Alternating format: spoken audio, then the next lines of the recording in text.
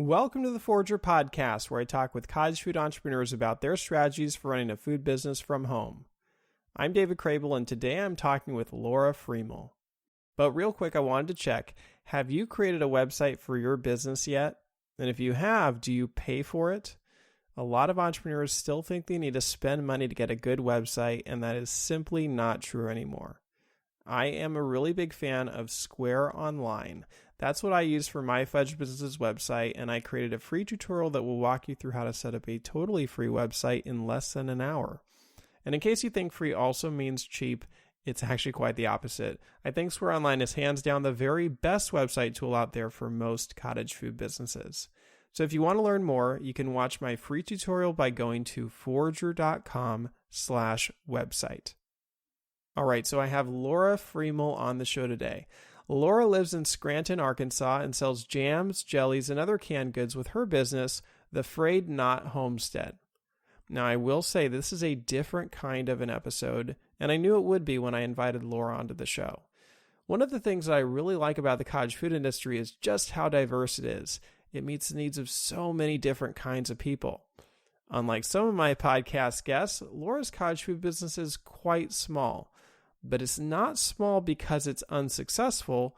It's small because that's exactly what Lora wants it to be.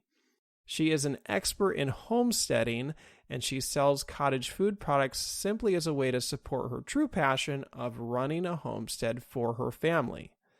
Sometimes I see entrepreneurs get so caught up in their business that they forget why they started the business in the first place. But that's not the case for Lora.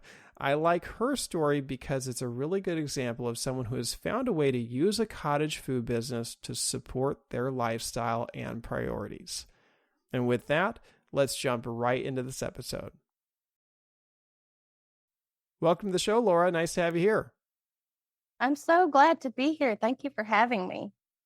So, Lora, I know that you do homesteading, and I don't know exactly how long you've done it. Can you take us back to where this all started?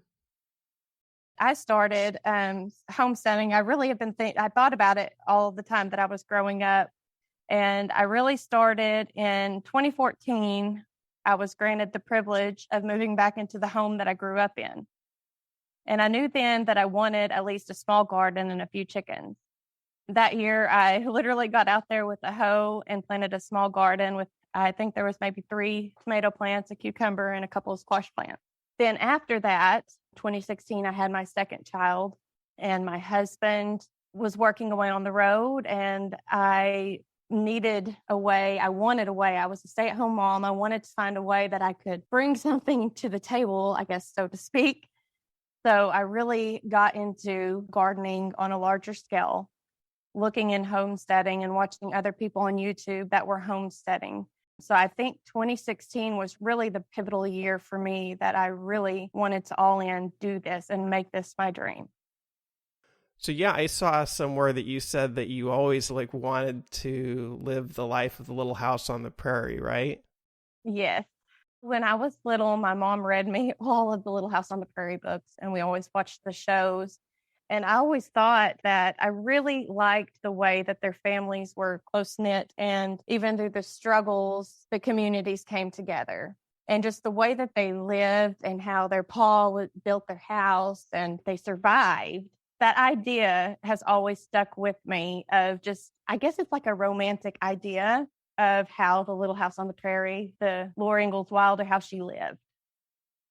What's funny, because it's one thing to read a book and have this romantic idea. It's another thing to live it. What has it been like now that you're actually doing it, you're living it and experiencing it? It has its ups and downs. Some days are really, really hard. And then other days, when there's a crop that has significantly just had a ton of tomatoes one year. And that is those triumphs are so enjoyable. But then there's other times when, animals, they're really hard to care for. Some get sick and some don't make it. And so the romantic idea, it is there, and you have to really, remember the really good times in order to get through the harder times. Now, I know that you're really big into homesteading. Perhaps some listeners don't really understand what homesteading is. Can you just give us a brief overview of what it is, or I guess maybe what it means to you? When I started out, I was thinking of the clothesline where I would dry clothes out in my yard and make homemade bread and cook a really good homegrown dinner every night. And we'd have chickens in the yard and our garden would be beautiful all the time. And that, I think, is the idea that a lot of people have about homesteading. And it is a beautiful idea. But I want people to know that your homestead is whatever you want to make it. If you grow one tomato plant, that's great. That's a great place to start. And you can throw away everybody else's ideas of what they think homesteading should be and make it your own. And then more people would join in the movement to homestead if we didn't all go off of the ideas of everybody else. Well, you've definitely taken the concept to an extreme level, right? Like you're trying to produce most of your family's food from your homestead. So can you explain like what that goal is and where you are on that path?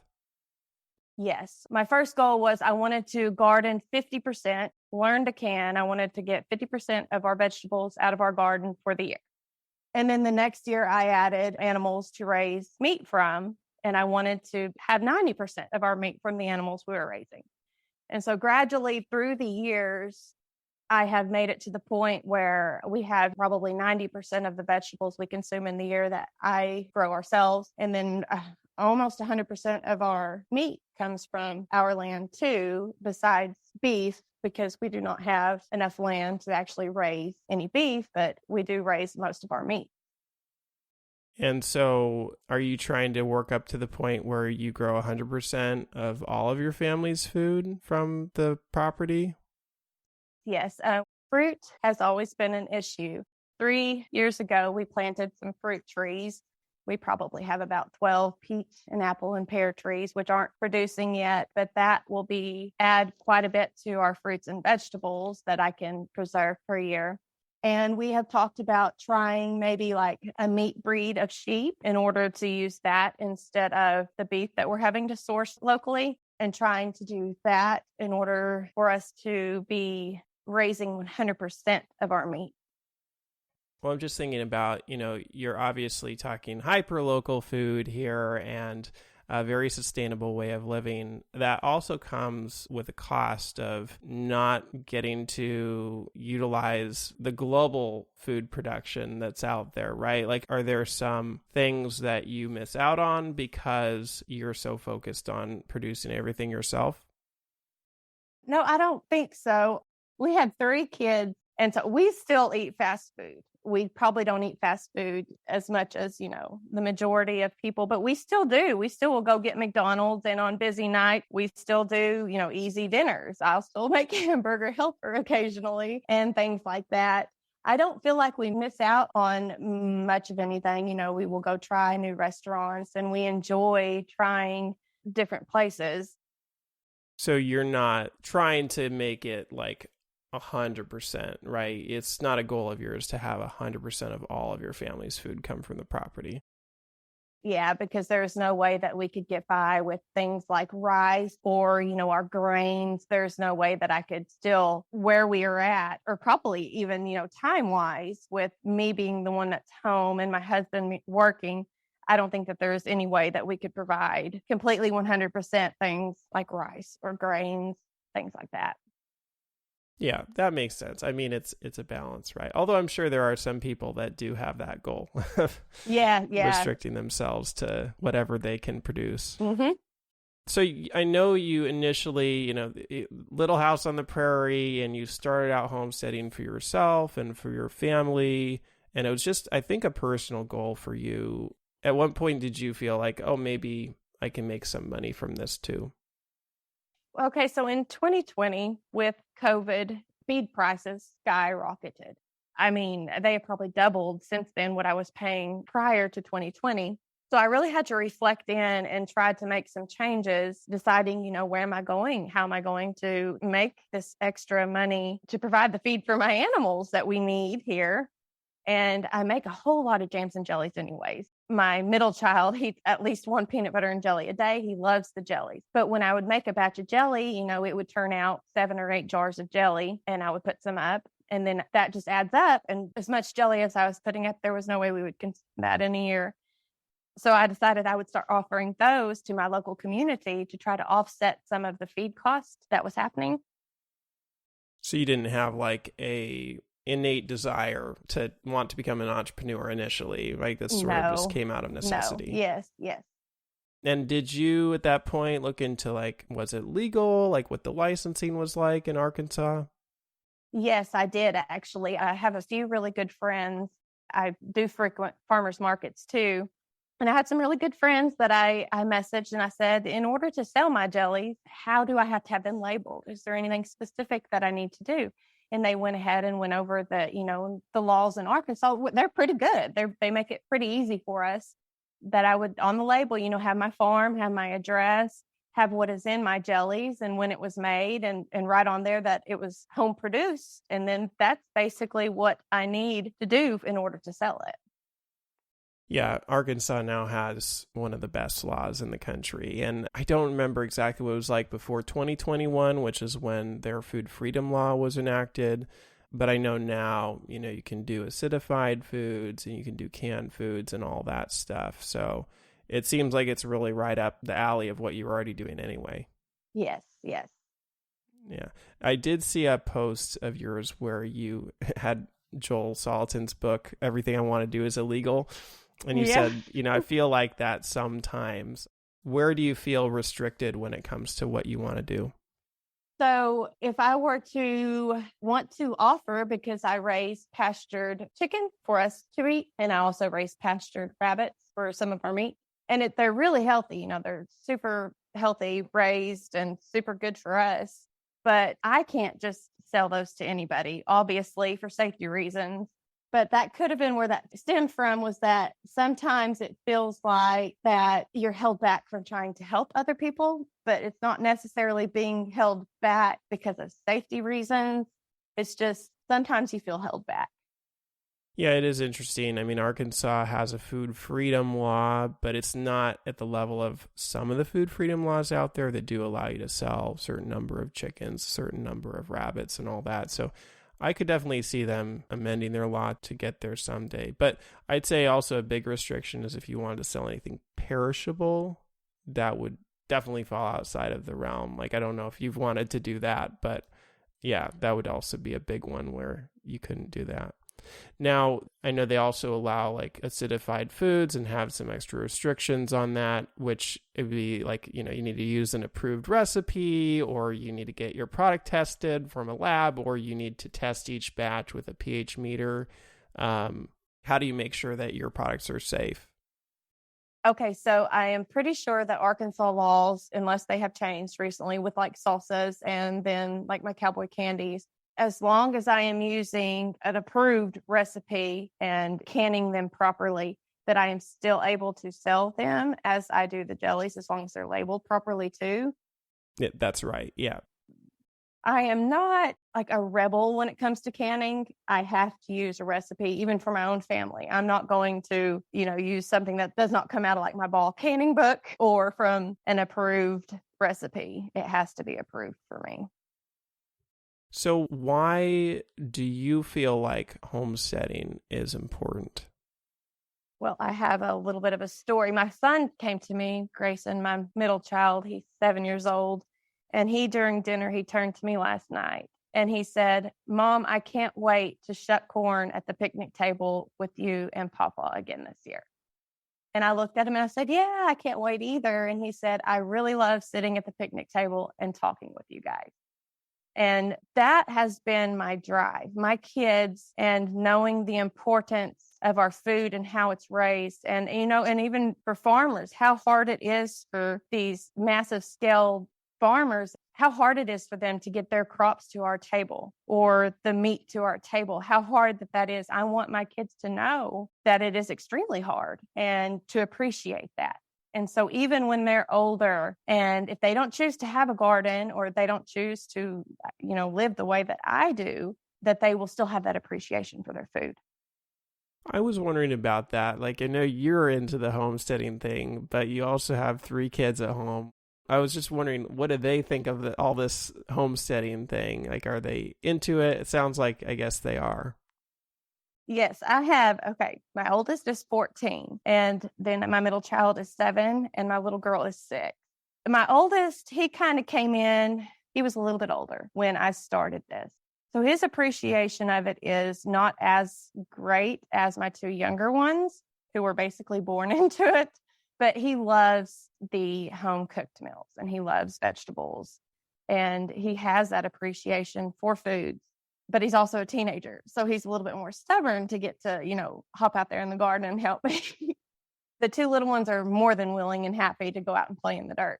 My husband also, this has been my dream, and he goes along with me and helps me, and he has really, really gotten into it over the past couple of years. But in the beginning, it was just my dream. He was not totally into it. He didn't understand, why or where it was coming from or my need to do all these things.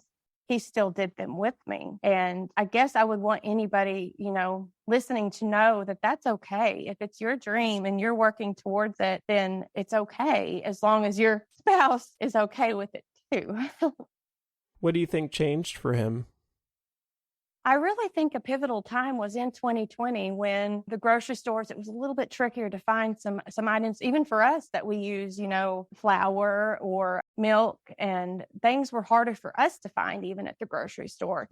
And he was actually able to see that what I was doing, we had food and we were okay. We didn't have to struggle. We didn't have to, plan our meals with fewer ingredients. We still had all of the food from our gardens and the meat from our animals. And I think that might have been a pivotal moment for him because ever since then, he was a lot more into it than what he was prior.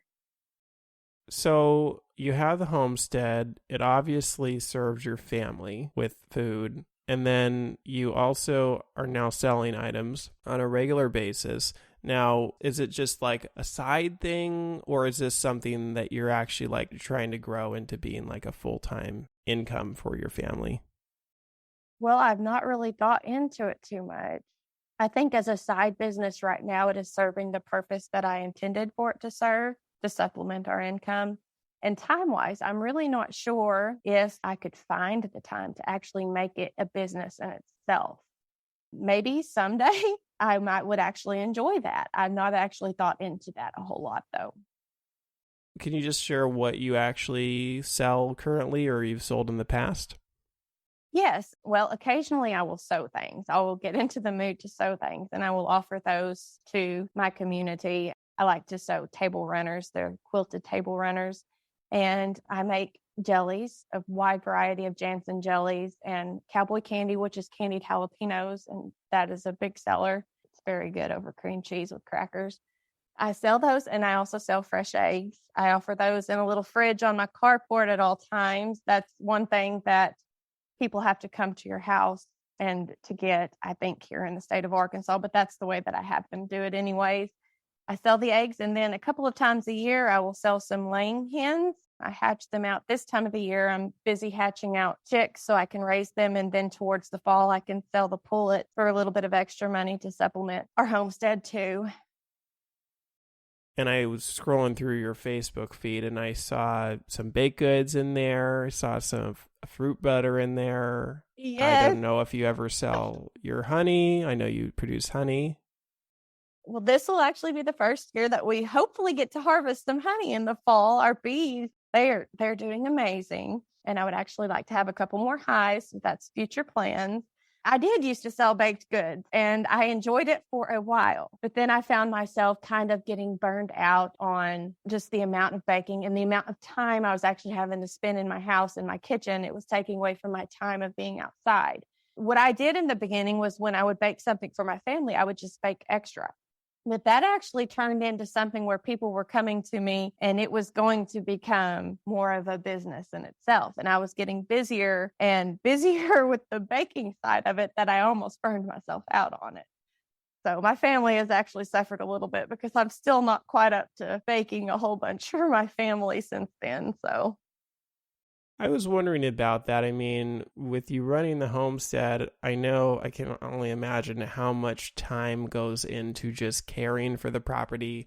I know you grow a massive amount of things on your property. And so just like finding the time to pursue a business on top of that, it sounds like it's been a challenge.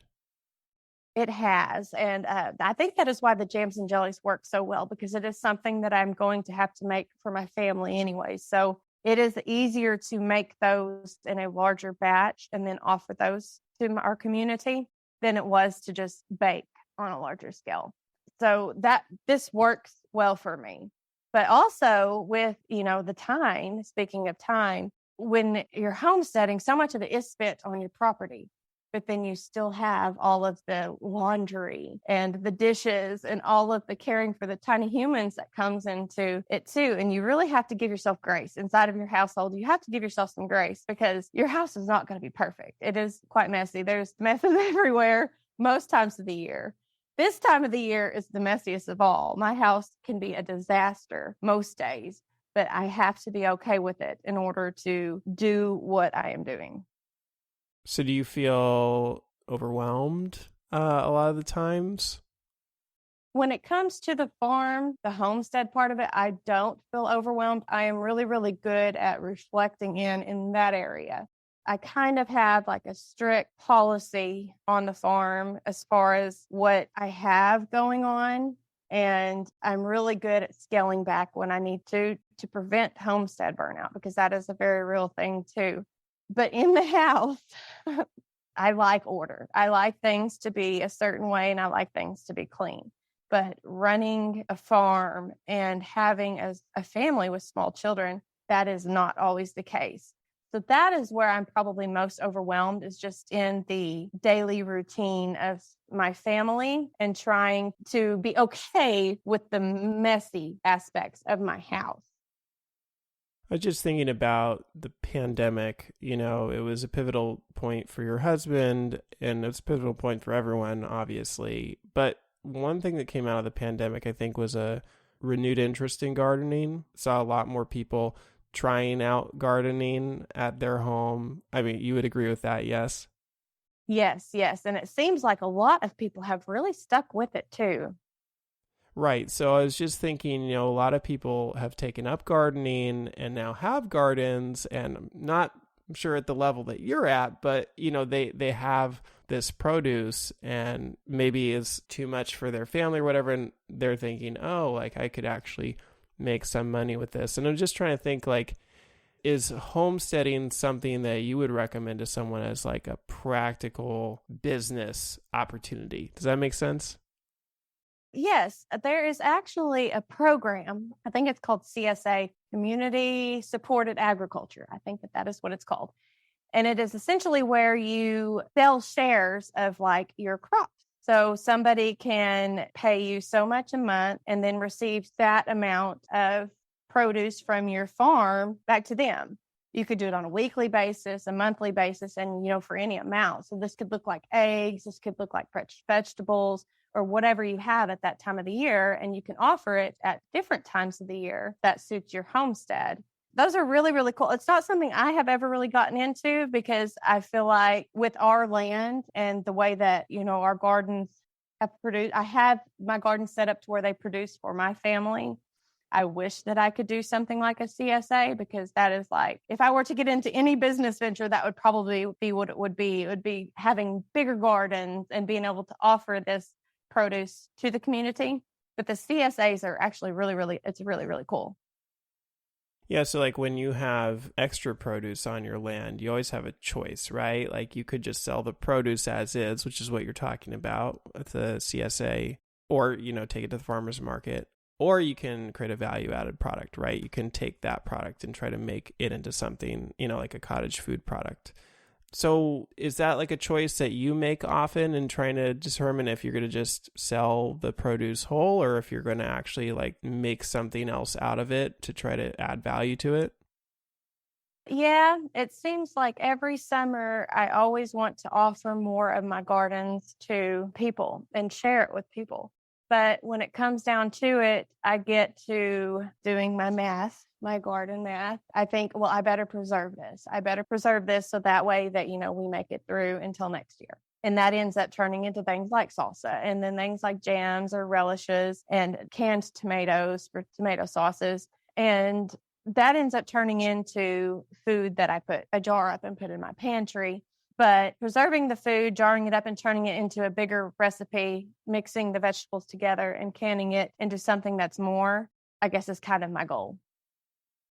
When you're planning out your garden for the year, are you just thinking in terms of what's my family going to eat? Or are you also thinking like what's popular when it comes to selling? When I plan my garden, my family's growing and my kids are growing and they're eating more every year. And I know the vegetables that they like. I know what my family will eat. So every year I kind of do some math on how much of what I need to grow. And then I plant that. And it changes every year. I keep up with it in my homesteading journal. I keep up with what I plant. But I do try some different things just so that my kids can try different vegetables. In the beginning, I think I grew more for what is cool, what I could offer to the community, but it just never really panned out the way that I hoped that it would.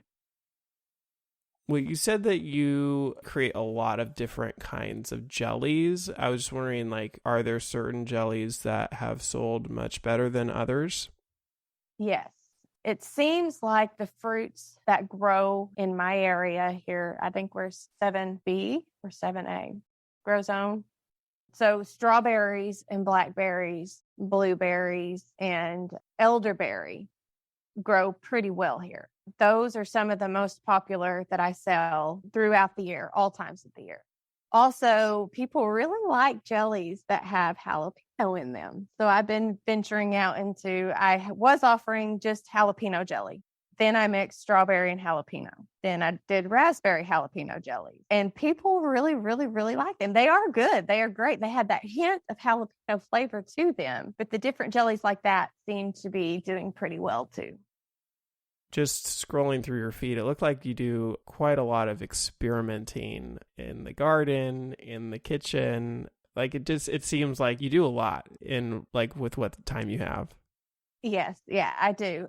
It is hard to explain how much I actually enjoy being able to go and work in the dirt.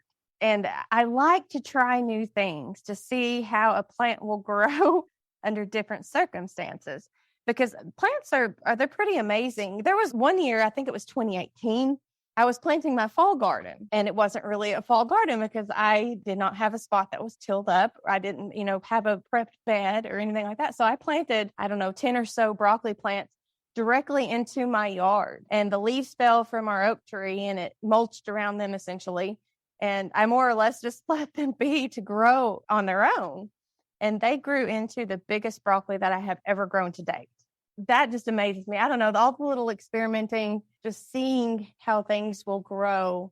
It's a big joy. I'm sure with all the experimenting, there are times where things don't go so well. Are there any instances that come to mind where, I don't know, learning opportunities or things that haven't worked as well? The first time we planted fruit trees, it was probably 4 years ago. We bought clearance fruit trees, my dad and I. He comes and he helps me here every day with the animals and the farm chores. He is a big help. But we bought clearance fruit trees at the end of May and we planted them at the end of May. And it's already getting hot and dry at the end of May here. So we planted them and they failed. They died that summer. Miserable. It was horrible. So that was a fail. I have tried dairy goats and I love goats. I love the way that they are, their little attitudes, but I only liked them for so long until that they're too much. So things like that are what I can think of right offhand. So from looking at your Facebook page, I see that I think you're the first actual forager that I've had on the show before. I mean, I know foraging for food is a thing, but you do source some of your food from the wild, right? Yes. And I love to. I love to learn about our native plants that are both medicinal, edible, and they're growing right in our yards. As long as, you're sure that there's not been pesticides or herbicides or anything that has gotten on them. And I'm sure about our yard. But we have a tree that is in part of our property that has been dead and down for a while. And we actually have oyster mushrooms that have been growing on them for about 3 years. And so I'm able to go and source some mushrooms from that. And there's, plantain, and I have mullein out here growing. There's just so many plants that we used to, our ancestors ate and used medicinally and to eat that are still growing in our yards, but we have forgotten about them. So with a good book, a good foraging book from somewhere, or the use of Google like I use, you can make sure that you know what you're foraging is correct in order to not make mistakes. And I love it. I think that it's a great way to get down to the earth. Well, it's funny because when my friend came up with the name for forager, this was over a decade ago, I honestly didn't even know about that whole world. And, we just came up with the name for a different reason. And then I quickly learned about this whole world of foraging that I never had been familiar with before. So it's just kind of funny. I mean, the name forager is not related to that world, but it's just kind of funny that, I get a lot of people asking about if that's what I do. But anyway, I know you like to experiment in the kitchen, you like to experiment in the garden, and you like to do lots of different things. But a lot of times when it comes to a business, what works is, kind of honing down your menu. Like a lot of my guests would say, pare it down and focus on what really works well. And I was thinking, like, if you were to sell something that started to sell really well, like the jalapeno jellies or whatever it may be, do you think you would be able to like focus on that or have the desire to grow the business, even if it meant like losing some of the diversity that is in your life or in your garden or in your kitchen? Do you mean if I would be willing to give up some part of homesteading to specifically grow the jelly business? Yeah, like if that's what was taking off. I don't think that I would ever give up part of homesteading I think that I would try to make it both work. I'm a pretty hard worker and I'm pretty good at multitasking, but there's no way that I would ever give up part of the homesteading if it meant scaling back like the food that I'm bringing to my family.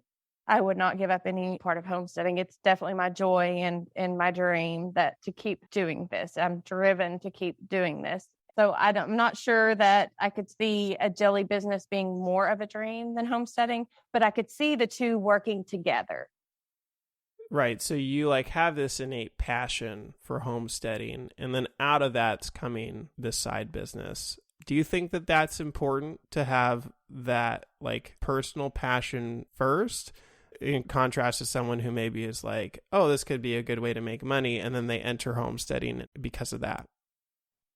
No, money comes into homesteading just because of buying feed or paying for our water bill and things like that. I save a lot of the seeds and I do a lot of things to make this a more frugal way of living. The bonus money from my jellies to help the costs that I do have is great. They work so well together and I love making jellies. It is a quiet project, a quiet job, and I can quiet my mind and focus on making yummy goodness. I feel like with homesteading, it's less about the money and more about surviving without it, which of course you can never, because we still have mortgages and we still have insurance and we still have electric bills because we are not solar, and someday maybe, so we still have all these other bills. So we still have to have money. But with homesteading, it almost feels like you get sort of a break from that because you're putting less money into your food. Your grocery bill's not as big, but it does take some money to raise a garden. But with things like saving your seed and making your own compost, you aren't spending as much, I guess. So, with what you sell, the jellies and the other things, like where do you typically sell them? Is it just online? Do you sell them out in the community anywhere? Yes, I do. I offer them on my Facebook page. I keep a large quantity here with me. But there is a shop in the town that I live in, Scranton, that I keep around 24 a variety out there at a time, and I restock them weekly. And that works pretty well. I would like to find a couple other places to put them out. But with the time crunch, in the fall, I will have more time. And I do plan to grow my business a little bit more and find somewhere in a couple of the other local to me towns to put a display of my jellies there. I have not thought about shipping too much. I know people do ship jelly, but I don't like the idea of selling my jelly for my price and then somebody having to pay shipping as well. I don't know. For some reason, I don't like that idea. So I'm still stuck on that. Well, what do you price your jellies at? They're $5 a jar. And how big are the jars? They are 8-ounce jars. Sounds like a very fair price to me. I'd say that sounds actually pretty low for a jar of jelly. Yeah, I keep up with my ingredients and how much each specific batch of jelly costs me to make. And then, keep up with the time that it takes me to make each specific batch of jelly. And then I do the math and I try to keep it that I'm making half of the $5. So half of the cost is my cost and then half goes to me, if that makes sense. Right. Half is what you're paying yourself. I mean, there should also hopefully be like a profit on top of that, right? Yes, there is. There always is, yes. So my time is kind of put into the first half and then the profit is the second half. So $250 for cost and time of each individual jar. And then $250 goes towards profit. I mean, I've made a fair amount of jelly myself. I know how time intensive it is. Are others in the community selling jars of jelly for this amount? Like, it just seems like, I don't know. When I hear $5 and I know everything is regional, but like to me, it sounds like, well, you're not really making a lot of money on that. I really don't make a lot of money. And that's not necessarily the goal to make a lot of money. I do like offering, a homemade product to the community to where that they don't have to overspend. I'm still making a little bit and it does cover some of my costs. There are other people. There's a little old lady that lives in our community, and she actually started selling jellies a long time ago. And she still, as far as I know, sells them for the same price. And I don't really want to, go over her head and make more money, I guess, than she does. So, yeah, I don't know. I've not really thought about it. Like I said, the money is just kind of, I could maybe someday, but I'm okay with the cost of it and what I'm making. And also our community it's very small. It's a very small 222 population and we aren't wealthy community. So I can't find it in me to just charge an extra. I should, but I can't find it in me to charge people a whole lot of money. Well, I think one of the nice things about a cottage food business is I tell people, it's whatever you want to make it, right?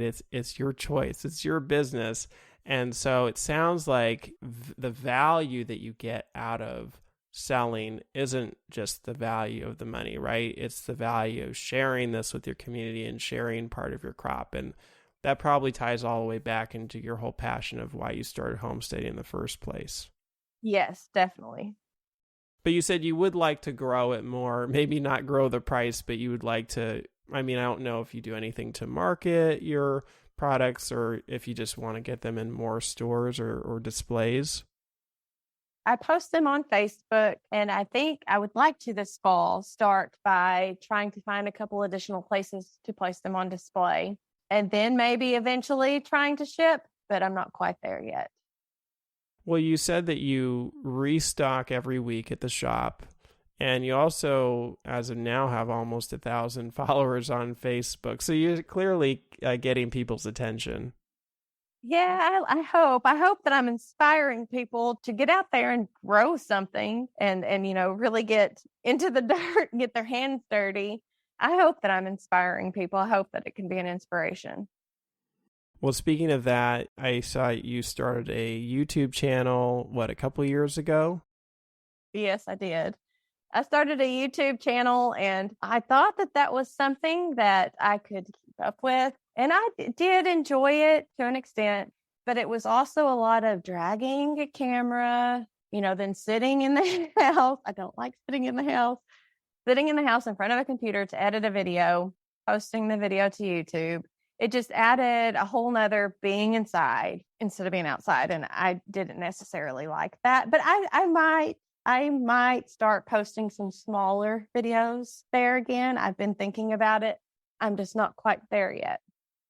What inspired you to start the YouTube channel in the first place? My son, my 14-year-old, he was probably 12 at that time.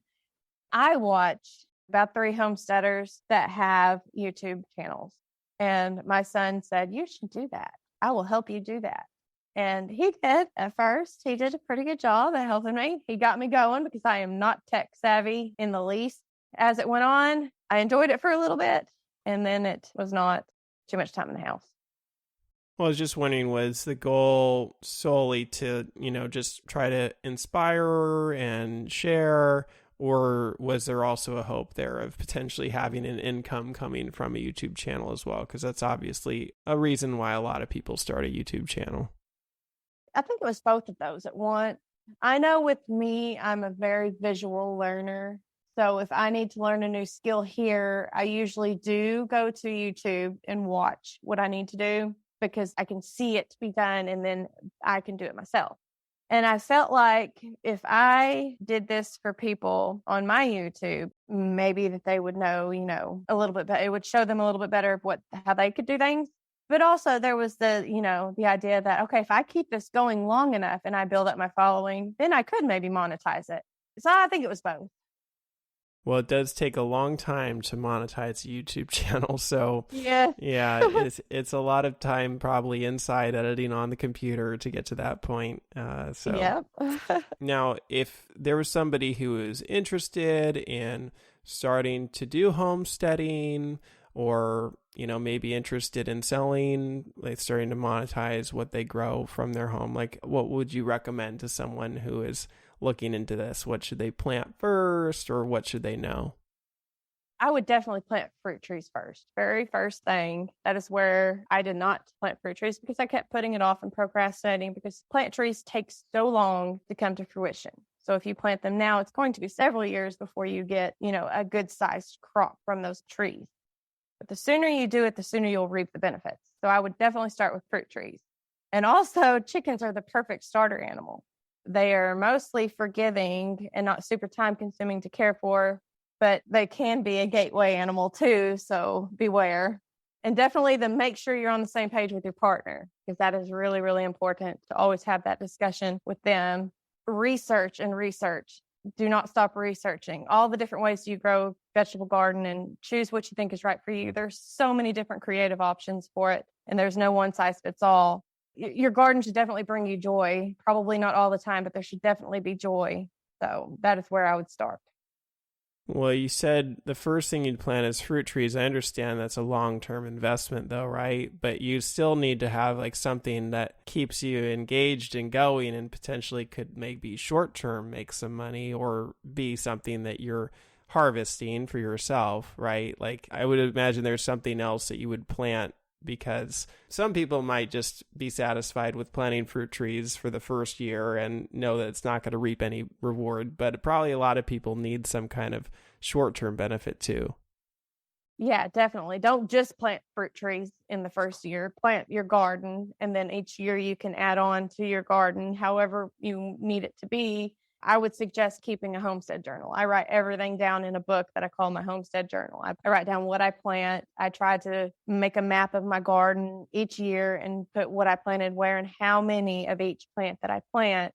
So that way next year I can look back and be like, oh, I had an excess of this. I could scale this back.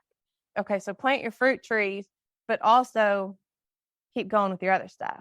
With my goals, I know what all I'm doing now, and I know I'm going to continue to do these 2 huge gardens. I'm going to continue with my chickens, but anything that I want to add gets put on the goal list.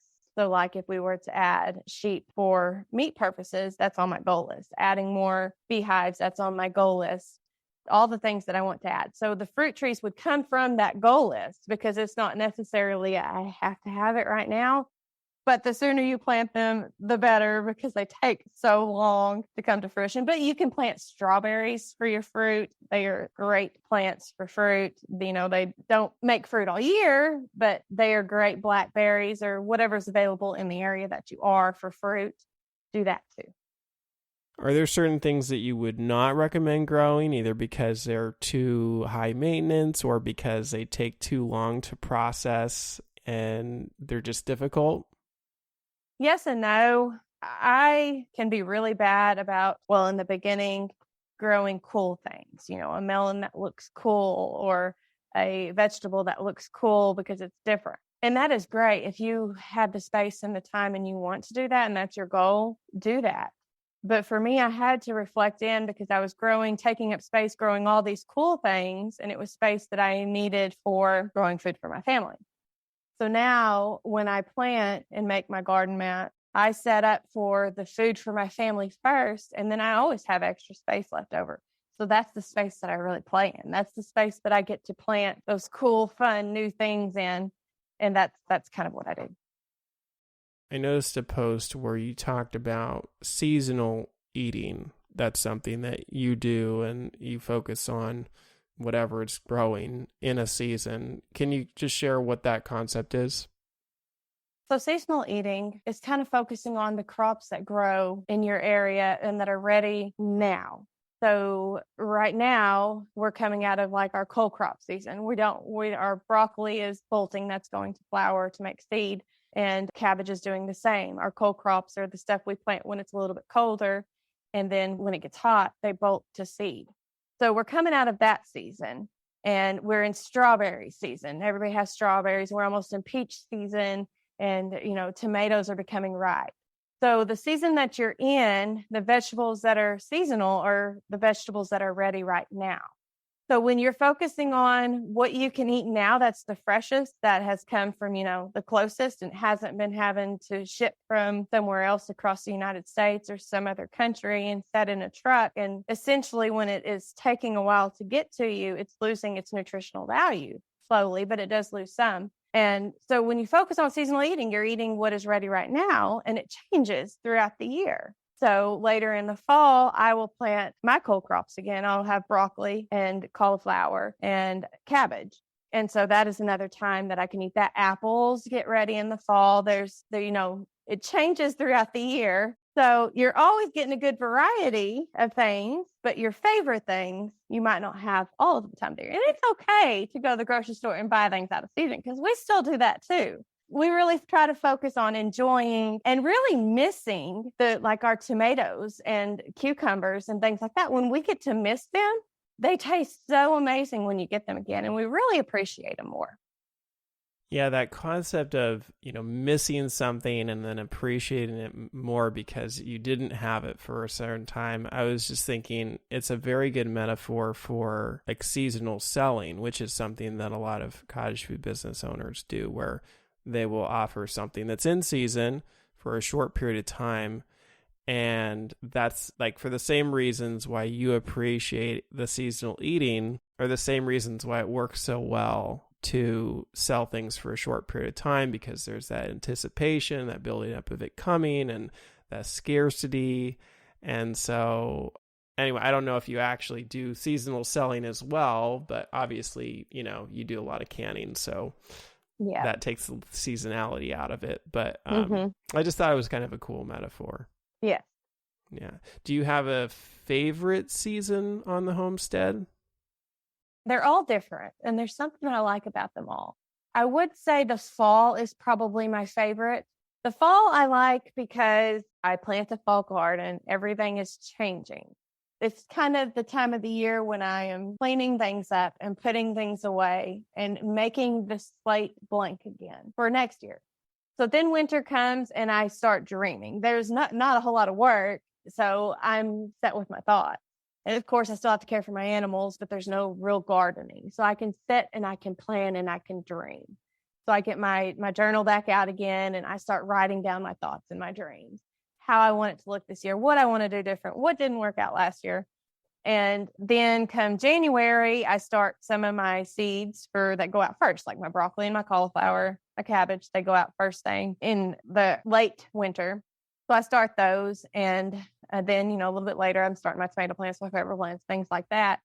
So spring is like this anticipation of let's get the dirt ready. Let's get everything laid out the way that we want it. And so we start placing things. Then we start basically setting up for the summer garden. And then summer, there's so much work, which is exciting too, but it feels like sometimes you keep bringing in this food. You're constantly working in the summer. There's hardly any time for a break. So summer is just busy and fast, and it's almost like you don't get to really think about it too much. You just have to do in the summer. So I really like fall and winter because I can take time to really reset and redream. Well, as you look towards the future, what are some of your goals? Goals for the homestead, goals for the business? For the homestead, I've always thought that I wanted a dairy cow. That is still on the goal list, on the dream list, but I'm not sure it's ever something that I'm going to be able to tackle. I want to add, to my apiary, I want a couple more, at least, beehives. I am really enjoying that. I like the idea of pastured pigs. I would like to have a bigger area that we could actually pasture some of our pigs for pork. That might be it that I can think of. Well, your opinion, do you think homesteading is something that everyone should do? That everybody should do or could do. I do believe that there are limitations, obviously, cities and apartments that limit it. I love the idea of community gardens. I love it. And I have like this big, if I had more time and, if there was just more of me to go out into the world to the different communities that have vacant lots, that have been sitting there for years and years. And that could be for sale, but you could go to those people that own those lots and ask, hey, can we garden here until you sell this place? And we will vacate as soon as you sell this place, but can we make a community garden here? And then the community come together and they raise a garden and they share it amongst themselves. That is, this another romantic idea. I do think that even if you have a small yard, I love the idea of, grow gardens, not lawns. I think that in a small area, you can grow so much. We started with just 2 acres and our garden was so small compared to our acreage. And we were able to grow almost all of our vegetables from that one big garden. It took a lot of work, but now I have 2 big gardens and it works a whole lot better. And it's a whole lot less, it seems like it would be more work, but it's actually not a whole lot more work just because there's so much more room. But even in a small yard, there are... I won't get into it too much, but there are meat options that you could raise if you're allowed in a small yard. I know some places you can't have chickens, but you can grow a small garden. So I think that answer was, if it was something everyone could do, which everyone probably could do it to some degree, do you think it's something everyone should do? Only if you want to. I don't think that you should unless you absolutely, it is a dream for you because it is a lot of work. And sometimes I reflect in and I think, is there a reason, am I crazy? Why do I do this? Why do I want to do this? Why do I love this so much? And it does come back to, the way that I want to raise my kids and the respect I want them to have for their food. But I don't know that everybody should do it, even if they could, unless they absolutely wanted to. I wish that everybody wanted to and that, they did try at least, but I don't know if it is for everybody. Is your drive or your love for homesteading just because of your kids, or is it something you think you would do even if you didn't have a family? I would do it even if I didn't have a family, I think. And I really don't know what the drive comes from. I've always felt a pull to the land. And, when I was little, I was raised here. So this is, I'm real close to this patch of earth. I'm real connected. I love this place. But I would always go out in the woods. I was always outside even then. And my dad always grew a garden and we always had chickens. And I knew at an early age how to respect animals. And I knew that some of our animals weren't always they weren't pets. He taught me to respect that. Not as much as I do now. He would just do this every once in a while, every so many years we would have a garden, or, every once in a while we'd raise a pig. But I think having been raised with that little bit of respect for the land and for animals, and getting to see what respectful raising of food looks like, that even if it was just me, I would still want to do that. Well, Lora, thank you so much for taking some time and sharing with us. Now, you clearly love to help the community. You love to help people. You love to inspire people.